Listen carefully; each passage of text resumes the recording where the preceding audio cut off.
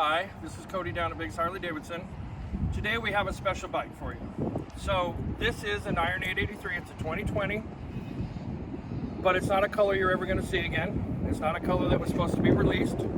This bike was supposed to end up being a police bike, but through the pandemic and certain situations, we got it allocated to us because of how awesome we are. And so there you go, 2020 Iron 883 in birch white. Normally this would be sent out to police departments in some of your greater cities, Chicago, New York, and they would put their police graphics on it, meter maids, things like that. This probably won't stay this way, but you got a limited amount of time.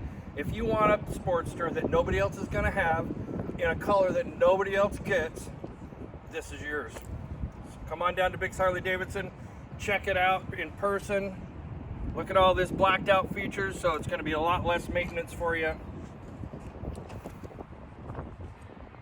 We'd love to find it a home, or we're gonna make it super cool and charge a lot of money for it. It's your call. So let us know, or come on down to Biggs Harley Davidson. You can see Josh, see me. We're always here for you.